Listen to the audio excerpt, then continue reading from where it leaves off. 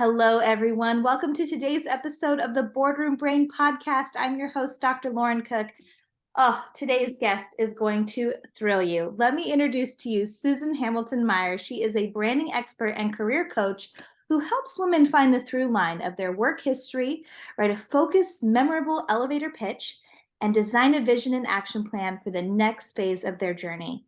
An alum of Harvard Business School, the Boston Consulting Group, and 20 years as a Fortune 500 brand strategist, Susan is now on a mission to empower other women to own their stories and unlock their promise. Well, when I heard that, I knew I had to have you on the show, Susan. So thank you so much for joining us. Hey, thank you. Thanks for having me. I'm excited. Oh, we cannot wait for this conversation. Now, people who listen to our podcast a lot know we love a good book here. We've got the Boardroom Brain podcast, we've got the Brain Health Book Club, and I've always got my books behind me. So we love to kick it off with our guests to ask you, what's something you're reading today? What's inspiring you so we can add it to our bookshelves too? Oh, well, great question. I read a lot of fiction, but as it so happens, I'm right now reading a nonfiction book that's written by a friend of mine called The Freelance Mindset. And it just so happens to be, I think, really relevant to, your audience and what we're going to talk about. She writes about how to use freelancing as a way to unlock other goals, professional and personal. And it's a great read. It just came out. So Oh, yeah. congrats to them. Oh my gosh. Okay, we will be sure to include that in our show notes. I love a good fiction too, though. And now I'm very curious. What's your fiction you're reading? Oh, well, the one of the ones that I just finished was Lessons in Chemistry, which I loved. It was a big hit bestseller, and it's a great story. It's set, I think maybe in the 60s, and it looks at a woman who's a chemist in a time where she's, in a time period where she's not taken seriously as a woman in that profession. She also happens to be a fantastic chef, and she ends up having a cooking show, and antics ensue, but it's this kind of great feminist diatribe, but also hilariously funny. So I really recommend that one as well. I need to add this to my list too. So I just finished Mad Honey by Jodi Picoult, and I'm blanking on the name of her guest author as well that also wrote it with her, but highly recommend that as well. I'll check it out. Yeah, I'm always looking for the next great book to read, but let's get back to the work that you do, your passion point. And, one thing I want to kick off with, I know you talk a lot about these myths that you see so many women buying into. I'm curious what you really notice, especially considering, who we tend to have listening to this show, women who are starting out in their career, women mid-level. What are some of these myths that you see so many of us buying into? Well, I think, in a day and age where we all are hyper aware that we need to have a personal brand, right? And we need to, and what that means as a branding person, I can tell you, this is true, that in order to have a brand, you need to have consistency, you need to have a clear story, you need to have great storytelling. People need to be able to understand who you are quickly. And, you've got your brand pillars, and these are the things that you're all about. And by the way, those things should also show up on the highlights on your Instagram and, all of that stuff. But boy, does that put a lot of pressure on us, particularly in early and mid-career, where we're still figuring stuff out. Like, that's not very consistent, right, with the human experience. We're meant to, and we kind of have to experiment, try this, try that, before we really know exactly who we are. And yet, and as the mother of teenage children, I can also say, at such a young age, preteens are being asked to kind of create this branded presence. So it's a real challenge. So I think when you ask about myths, I think one of the big myths that I like to talk about is this idea that we need to have this kind of straight line, buttoned up, branded career. Yes, of course, if you're going to try to put yourself out there into the world, you may need to do some branding, but you can write that story later, and you can pick and choose from the things that you've done in order to make that a cohesive brand story that's relevant to the audience you're telling it to. But don't let that stop you from the natural and beautiful process of experimenting. Right. And going left and going right, having a side hustle, doing a zigzag, right? Like, those things are super important. They're going to make you a more interesting person. They're going to make you better at the things that you do once you do land on, oh, this is my passion. And don't skip that step. Oh, I love that. And it's always evolving, right? I think sometimes people feel like, okay, here's my brand. I'm locked in now. It's an evolution. It always is, right? But I wonder, I could hear someone listening and think, okay, that makes sense for an entrepreneur. What about if I see myself on more of a corporate track? Do I still need to have a brand? What do you say to those folks? I mean, I think the same thing is true internally at an organization, right? What are you known for? What projects you'll get staffed on? What types of promotions you'll be up for? So I think the imperative remains the same. What's interesting in my practice, I work with a lot of people. I work with all different kinds of people who are firmly within a corporate track and they're looking to figure out how to package themselves better for that next promotion or to make a move to a different corporate position. I work with people who are considering a move from a corporate environment to something different, like an entrepreneurial situation, or creating that on the side. And then I work with entrepreneurs who are lifelong entrepreneurs. But what's cool is that the rules are really still the same. That you create this managed, or you allow for this managed chaos in your life in which you do that experimentation and you have fun and you learn about yourself and you develop your skills. And then you can kind of package it up with a bow and figure out, where am I trying to go from here? And what does my story need to look like? And that's the same, whether you're inside of a corporate environment, trying to move out of one, or firmly in an entrepreneurial life. Absolutely. Yeah, and to not lose your identity in a corporate space, I think Yeah. sometimes that can happen where it becomes more about the brand of the company, which is obviously we need awareness of that, but sometimes we can lose ourselves in that mix too. Yeah. And I think that's when it comes down to the importance of alignment and thinking about if you're joining an organization or creating an organization, right? You're going to be part of something. We're all, even the most independent freelancer is part of something bigger than themselves in one way, shape, or form. Yeah. And so you really need to make sure that what you stand for, what you value, what you enjoy doing, and who you are is somehow aligned with that bigger organization that you're part of. Mm. And when I see people who are unhappy in their situations, it's almost always because of a misalignment there. So I think that's something to think about, particularly in a corporate setting where that organizational piece looms very large. If you're going to really buy in and be part of it, which you are going to be asked to do, make sure that it's something that you want to be part of. Ooh, that is such good advice. I'm bookmarking that piece in my brain. And one thing, that I find a lot of my career coaching clients butt up against is that it can be really hard to see through, online with a job posting through the interview process. It can be really hard to assess sometimes, is there actually alignment that's going to happen? So, what advice do you have for somebody who's on the outside looking in, maybe thinking about taking on a new position? How do they accurately assess if that alignment could be there? So hard, especially since nowadays everybody's so sophisticated in their branding. Right? So especially a large corporation who's very sophisticated. And what starts to happen when I've worked with clients who are looking through corporate job listings and they'll say to me, oh, this place sounds so great.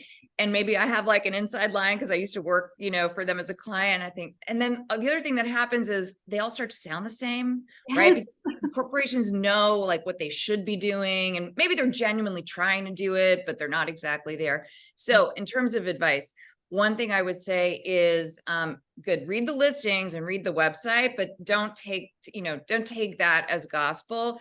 Mm. Try to find people who, friends or friends of friends who work or did work or have some connection with that organization so you can hear what it's really like on the inside. Mhm. And then, go meet a ton of people in that organization before you accept a position.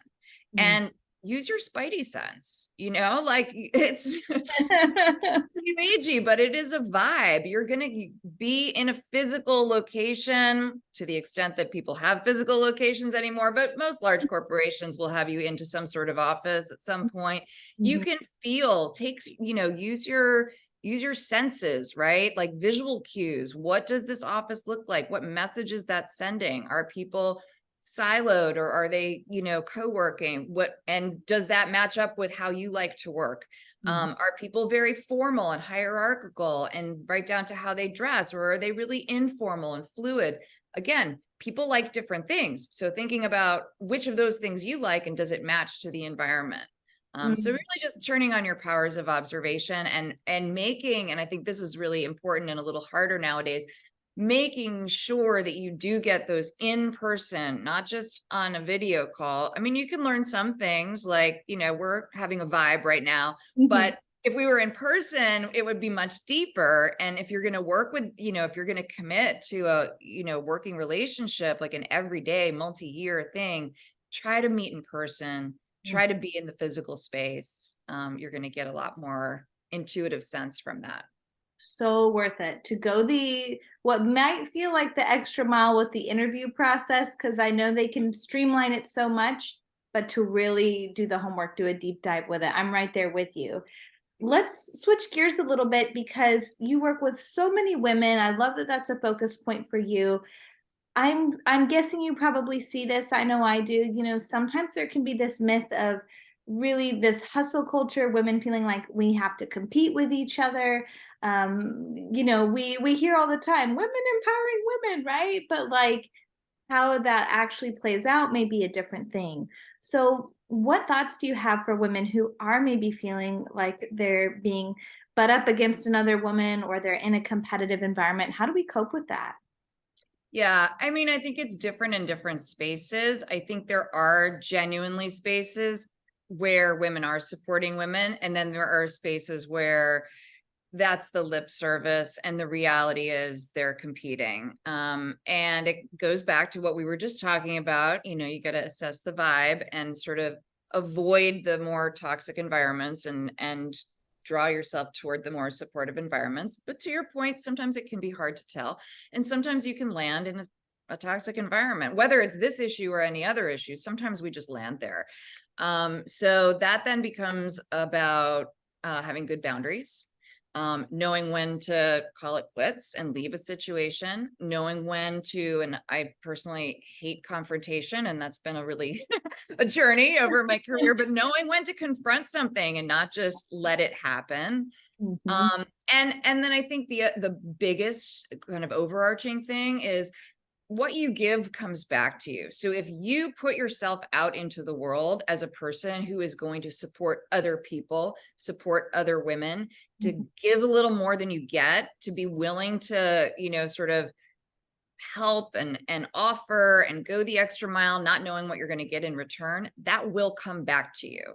And Mm. you will both gravitate toward those spaces that are more like that, Mhm. and people will react to you in a way that is more that way, right? You teach people how to treat you, and you teach them by treating them that way. Right. So that I think is the biggest advice. And it sometimes can feel intangible and it can feel scary. Like, am I going to get taken advantage of? But it really does work. Yeah, it is an investment. I see that for a lot of my clients when they are willing to lean in, but still in a boundaried way, right? Uh, Big things happen for them and pretty quickly too. Like within months, I see those Yeah. clients, they're getting promoted faster. I mean, things happen. I definitely see this in my practice. And you were just speaking to like how hard it can be to have confrontation with each other and even just give feedback to each other. I don't want to speak in broad strokes, but in my experience, I find a lot of women really struggle with this. I'll include myself in that sometimes, that it can feel really scary to get feedback and really scary to give feedback. Whereas sometimes I see male counterparts, there's maybe not as much of a personalization sometimes of like, here's just what it is. Yeah. What advice do you have for a woman listening who may really struggle to give feedback? She's worried it's going to burn bridges. And also for the woman who is petrified of hearing feedback, even though that feedback is going to be the thing that helps her grow. Yeah. So I think on the first one, I think you have to be willing to burn bridges with, if the person that you need to give feedback to, assuming that you're going to do it in a mindful, kind, compassionate way, and it's something that needs to be said, you're going to give it in a direct form that's not passive aggressive, that's not talking behind somebody's back, right? You're going to do it in an appropriate fashion. If that person still, kind of comes back with retribution or anger, I mean, maybe that's not a person that you want to work with. Fire. So, And I think that that's probably what you're happens. saying. Don't fire the person. Maybe you do, but that is an on fire advice. Love that. Thank you. And then in terms of receiving feedback, I think, it's again, one of those lifelong journeys to confidence. Like, first of all, trust that most of the feedback you're going to get is positive. One of the things that I do with my coaching clients is I ask them to go ask for feedback. And I have them do a real simple exercise where I, just go out to a bunch of people that you've worked with before and have them give you 3 adjectives to describe you. And then open-endedly say, if you want to, talk a little bit more about what it was like working with me or how I'm different from other people, great. And 100% of them come back with, first of all, how amazing it is that this super senior important person got back to me right away. I felt so bad asking them for feedback, like I was taking their time. They emailed me back like within 24 hours. They had glowing things to say about me. They saw me maybe in some of them are like, wow, I didn't even know people thought that about me. But it's always a positive thing. So there's always going to be some positive feedback, even if somebody also has like, hey, here's one thing that I think you could do differently. Most people are kind. Most people like you. So don't be scared. For the people that are just listening to the audio version of this, I'm like raising my hands in a hallelujah. Because it's true. We so often assume people don't like us. We're bothering people. And I think that's one of the biggest things that blocks people in their career is they have these really detrimental mindsets that block them from connecting and reaching out. Oh, yes. And what a good exercise for folks. Give the 3 adjectives. Yeah, do it. Everybody should go do that one. I have to remind myself every so often and I go and do it. I was also going to say, I wrote a newsletter recently about asking for help. People like to help. And that's another one that I have trouble with is asking somebody to help. I think, oh, I should be able to do this all by myself. And nobody can do anything all by themselves. But it's not just like, it's okay to ask for help. It's like people enjoy giving help. It makes them feel good about themselves. It makes them feel like, oh, I had something to offer. Wow, that's cool. So don't be afraid to ask. Yes, ask for that help. And this ties into actually something I really wanted to talk to you about as well, is this zone of genius. And we can't all have our zone of genius in everything. It's called a zone for a reason. And when we ask for that help, we're getting other people's zones of genius. How can we start to tap into what ours might be? Yeah. And I think you do have to kind of experiment a little bit before you know what yours is. I mean, some people are lucky enough to be super clear from a very young age what they like, what they're good at.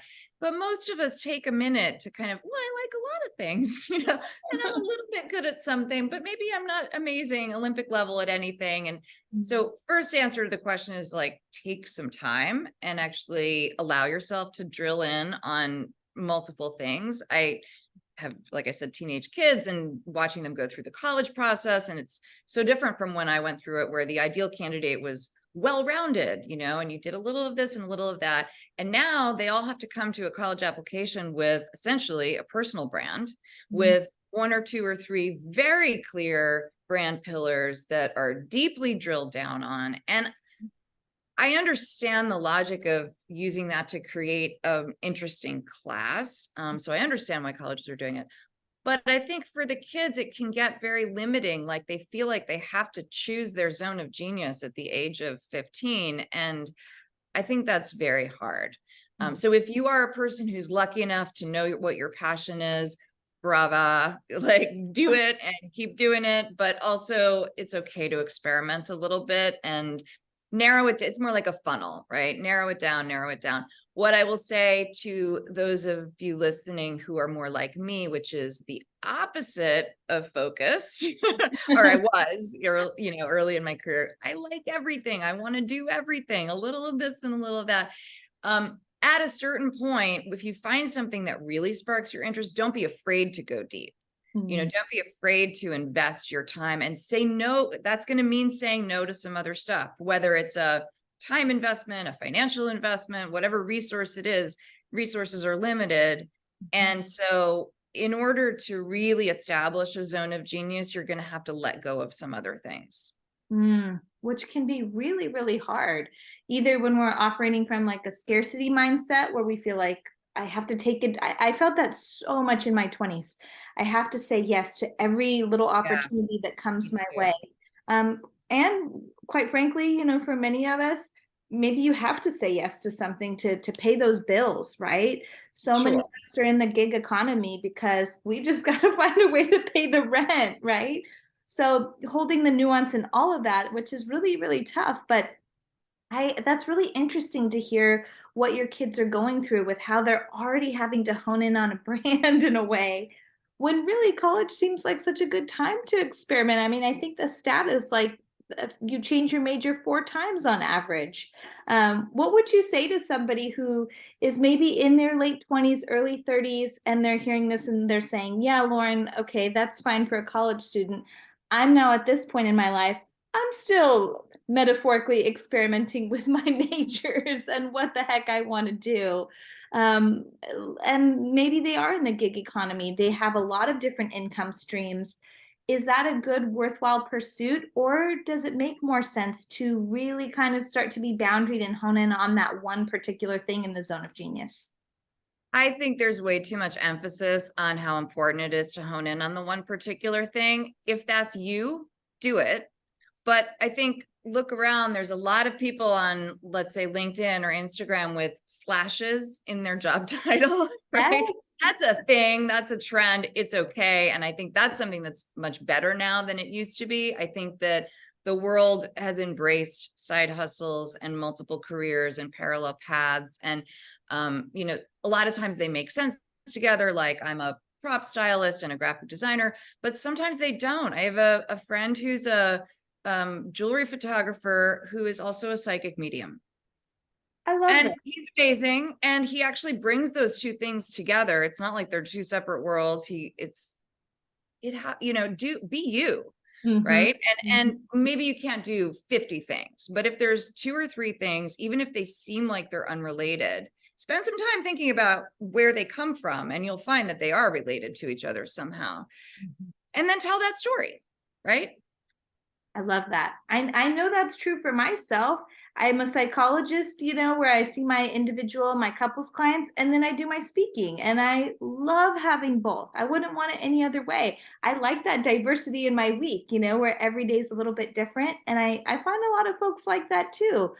But, to package this in a way, you really specialize in helping people come up with their elevator pitch. I find this is also a confidence thing for people, right? Tell me what you do. Right? And you start to see the legs shake. What advice do you have for somebody and I'm sure this is something that people could see you for coaching on. So if you're listening to this and you're not sure, please get Susan's help. But in a nutshell, how can we confidently come up with our elevator pitch and name what we do? Yeah. So, and I just want to say on the confidence piece, when I've been doing this for a little while now. And so I asked for feedback, like, tell me why did you come seek out this work? Right. And the 3 things that people say really consistency, and they just happen to start with C, I swear I did not brand it: confidence, clarity, community. Hmm. So, but it starts with confidence. It's like a lot of people come to me and they already know what their story is, but they're not sure if it sounds good, or like or who would be interested in that. And then a lot of people come and they're like, I'm all over the place, I need clarity. But so to answer your question, how do you tell your story with confidence? One is, if you are the clearer you are, the easier it will be to tell. And so that's why the process I help people with is come up with an actual script, Mhm. which feels very, I mean, especially for someone with my nature, I'm a little more creative and fluid, and there's something in me that hates the idea of having an actual script, but it sets you free, and then you can go off script, right? But knowing exactly the points that you want to hit really, really helps people. And so then how do you get to those points? First thing, you don't have to tell your entire life story, right? Like you're being asked what you do, and the deer in the headlights moment, which I've been, you've been, we've all been at a party, and maybe you're between roles, or it's just for some reason a difficult question to answer in that moment. Like, you don't have to explain everything you've done up until this point and why. You do not need to apologize. This is something I see much more with women than with men.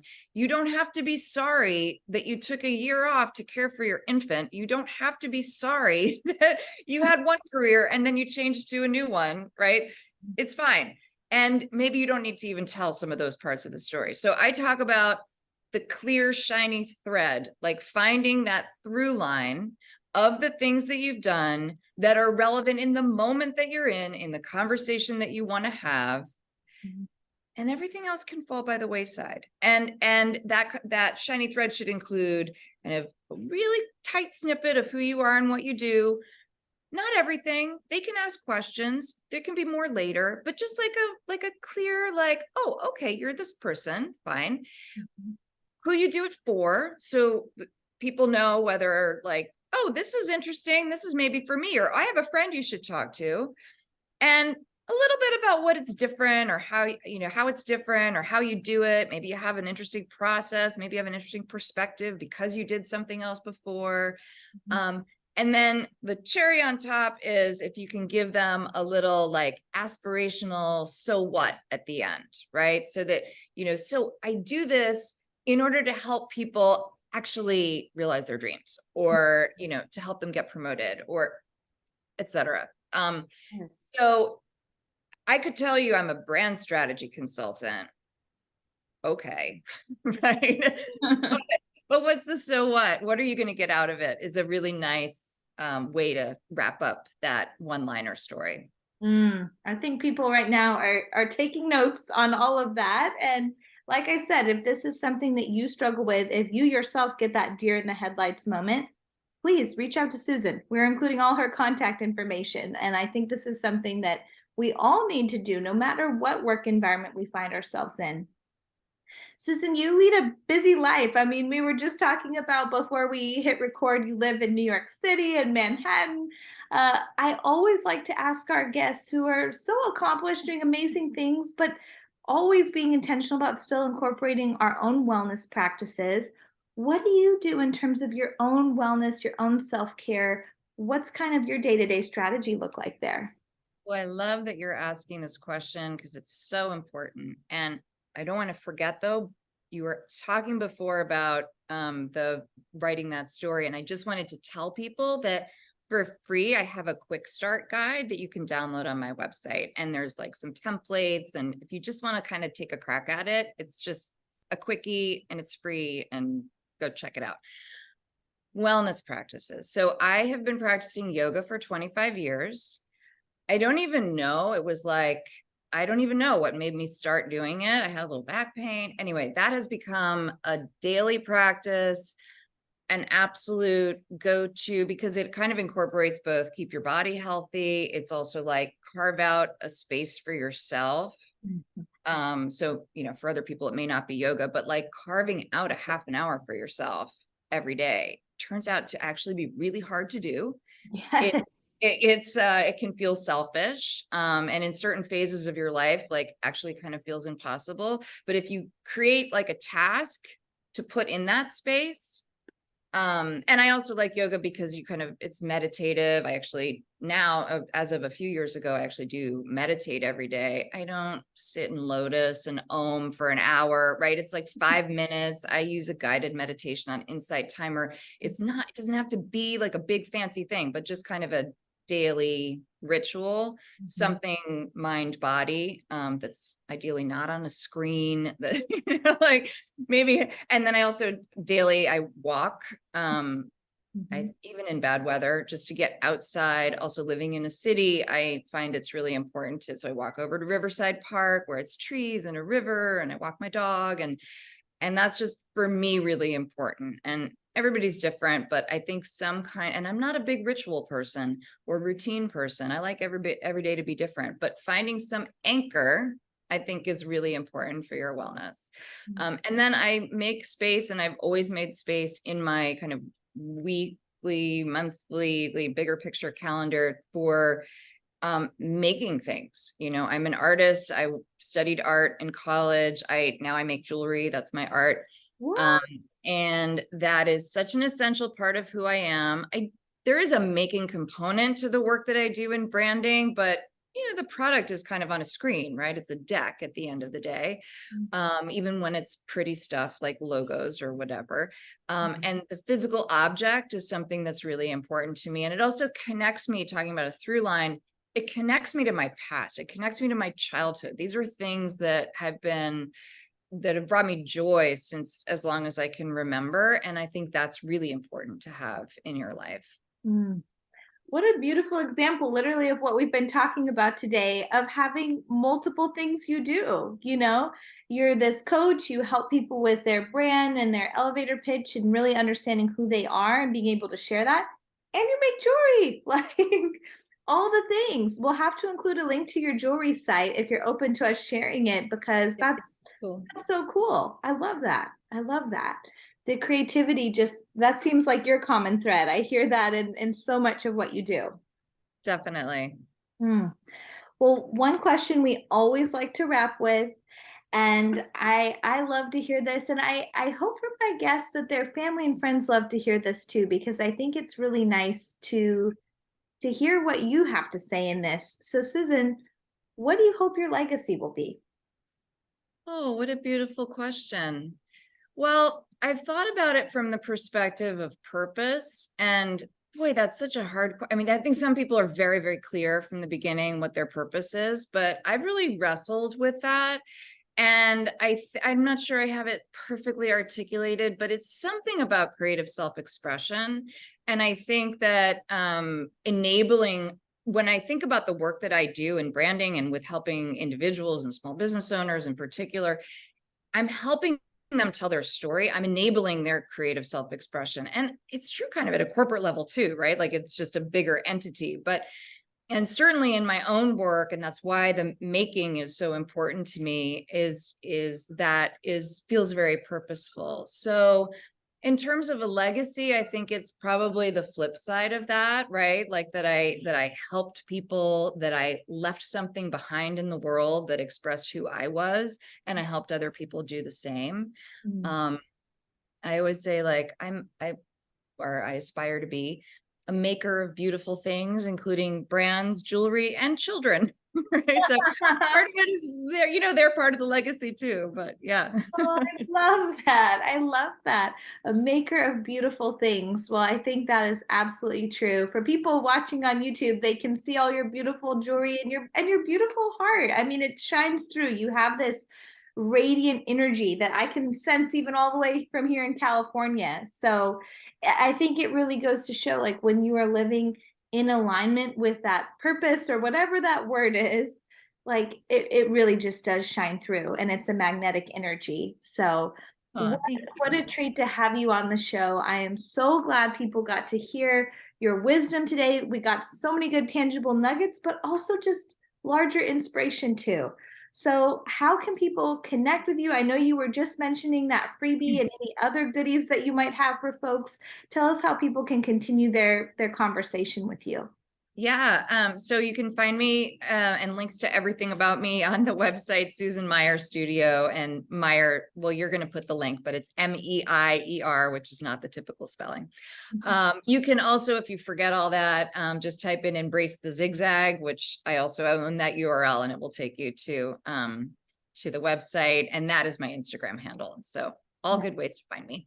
Embrace the zigzag. That is so great. I love that. Well, Susan, what a treat to have you on today. We are so excited to continue following your story as we define our own.